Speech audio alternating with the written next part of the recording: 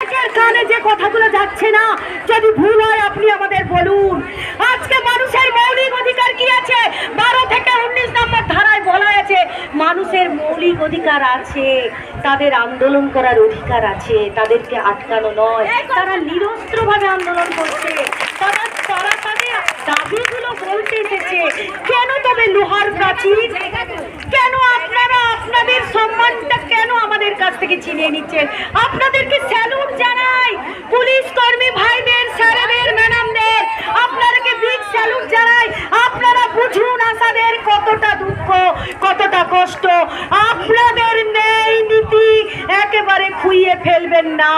আপনারা চাকরি করেছেন বলে কি আপনারা সমস্ত দেখিয়ে দেবেন না? স্যার ম্যাডাম, আপনাদেরকে আমরা সম্মান জানাই। আমরা 80,000 আশা নয়, আমাদের ফ্যামিলি আছে, আমাদের 1000-এর উপরে আমাদের পপুলেশন আছে, হ্যাঁ কিনা?